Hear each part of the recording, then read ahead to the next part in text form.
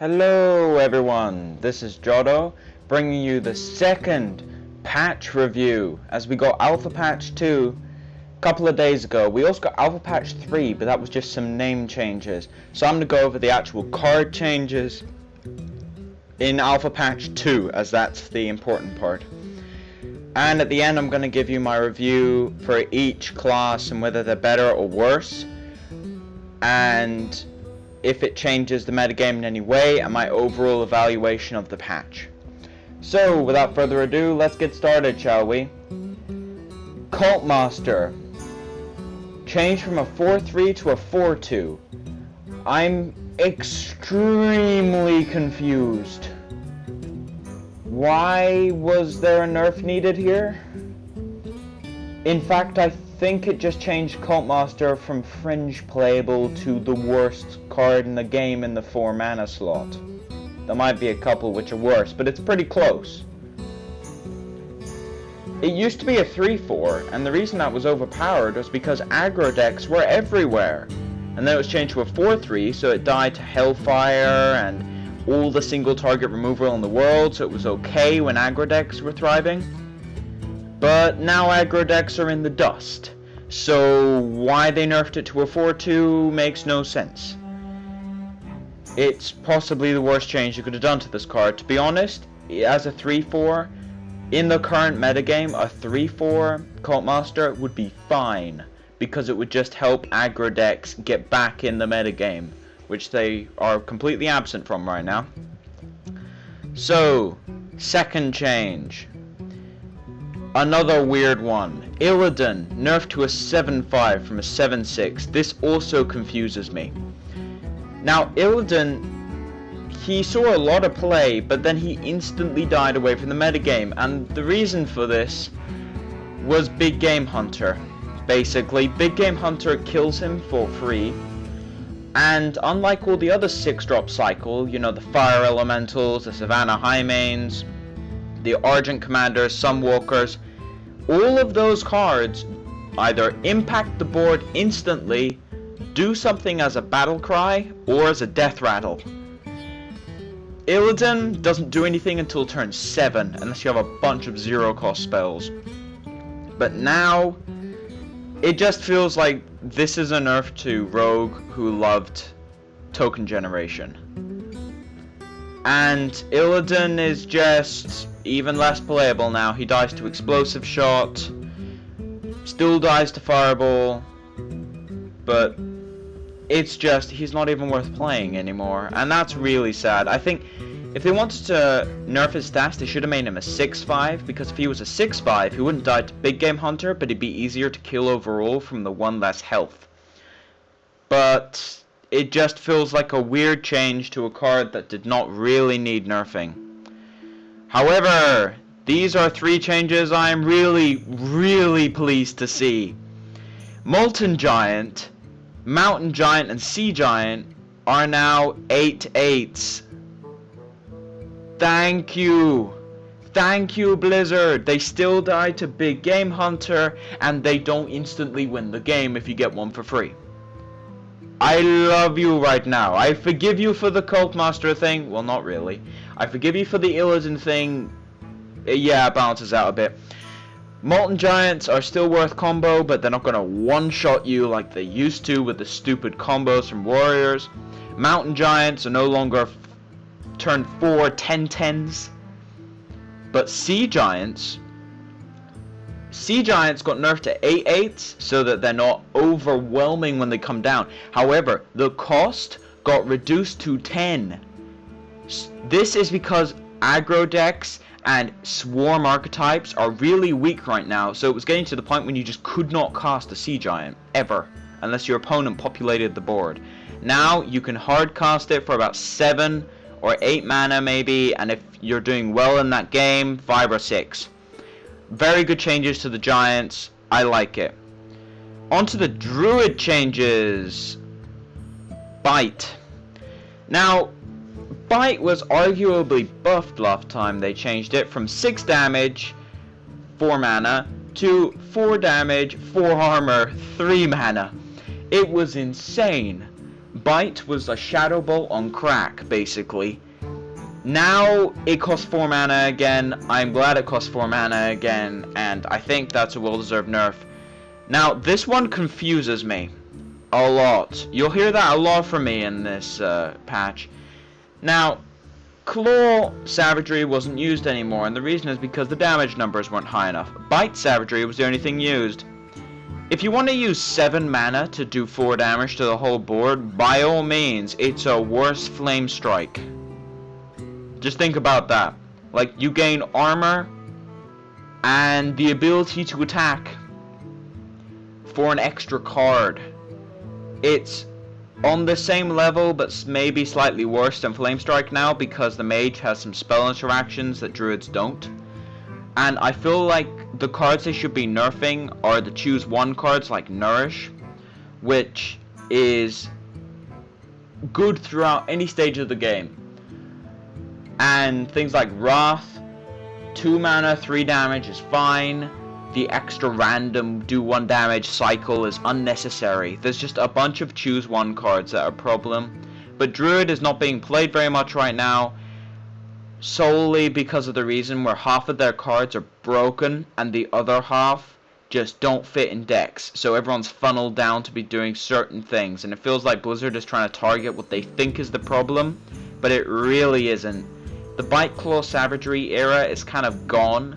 More people are playing Savage Roars over Bites just because they can buff minions, and now Savagery is no longer compulsory, but it was only compulsory because Bite was overpowered, and I think it's still compulsory now because Bite is insane.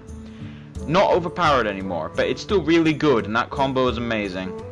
But the Savagery nerf was not needed. I think the Bite one was, though.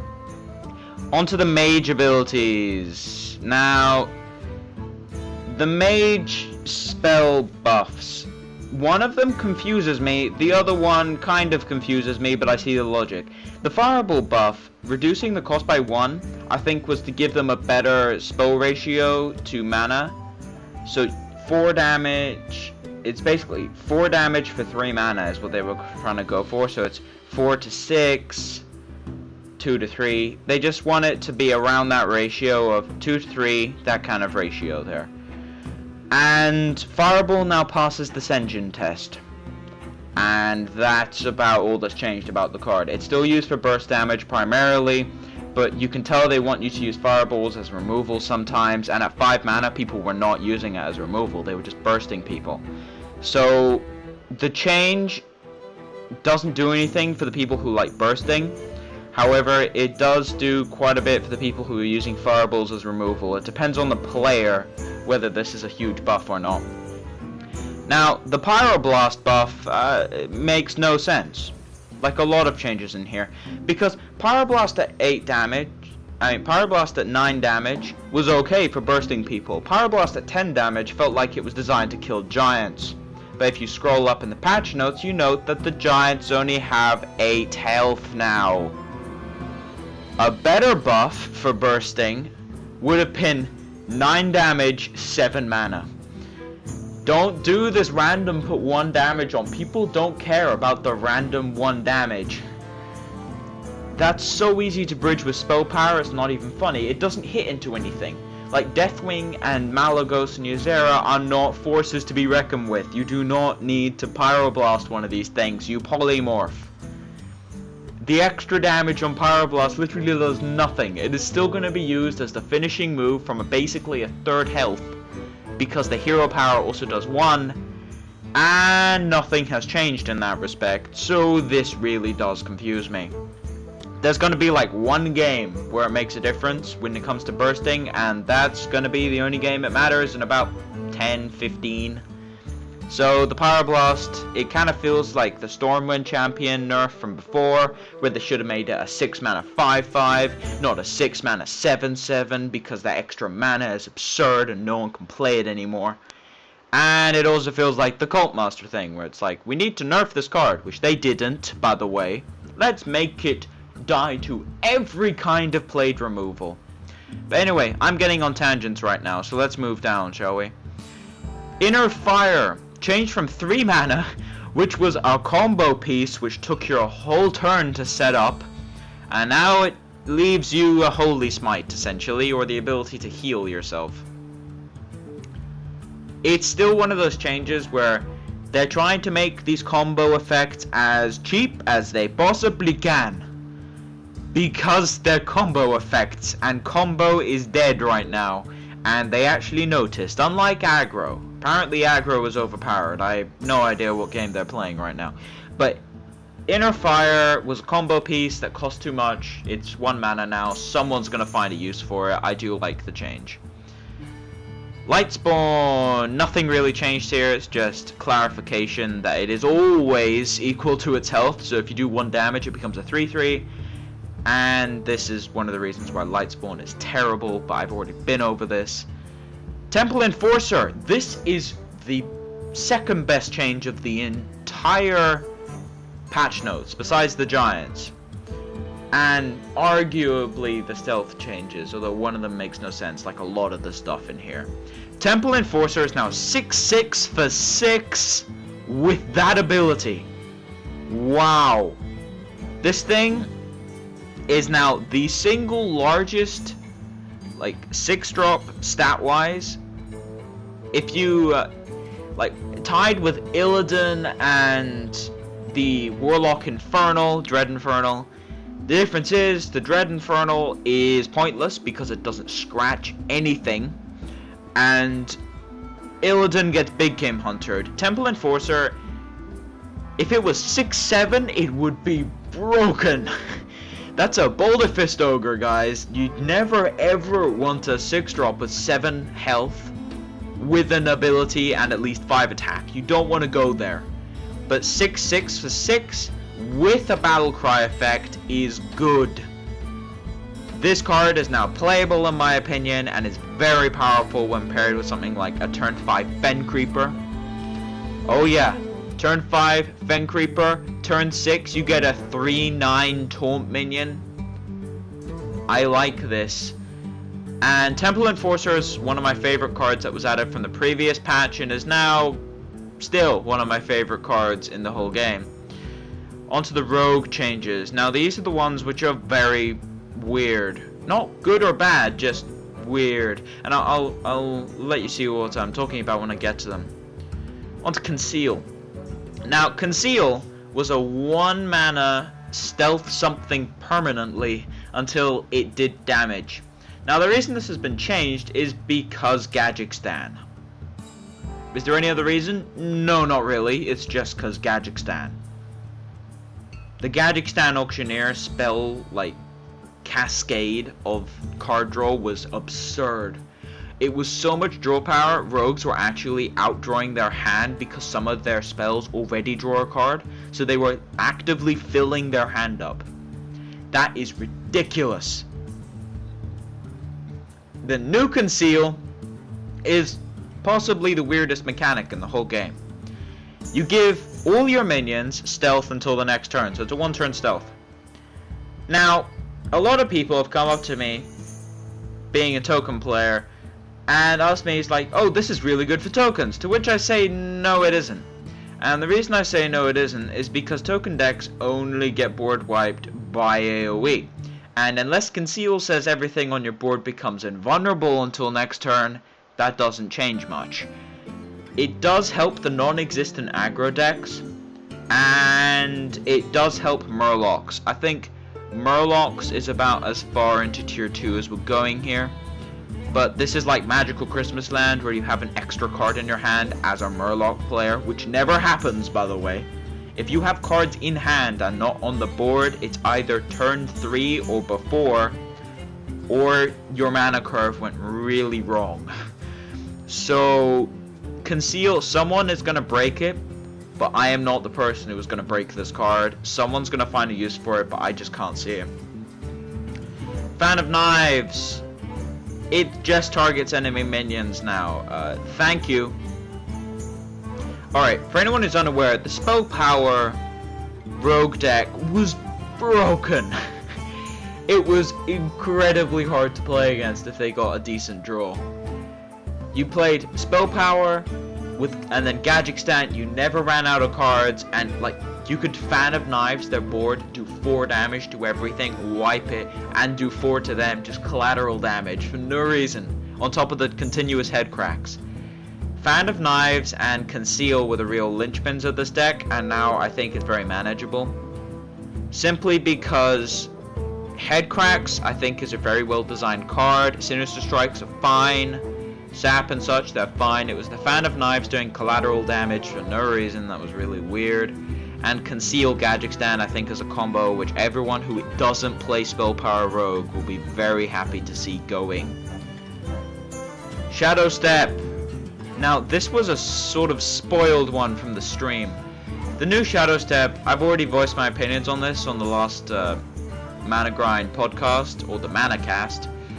But Shadow Step is ridiculous, and I still think it's ridiculous. The amount of combos you can pull off with charge and token generation is insane, and that's gonna stick around. I think Shadow Step is one of the best bounce cards in the whole game now, and that's where it should be.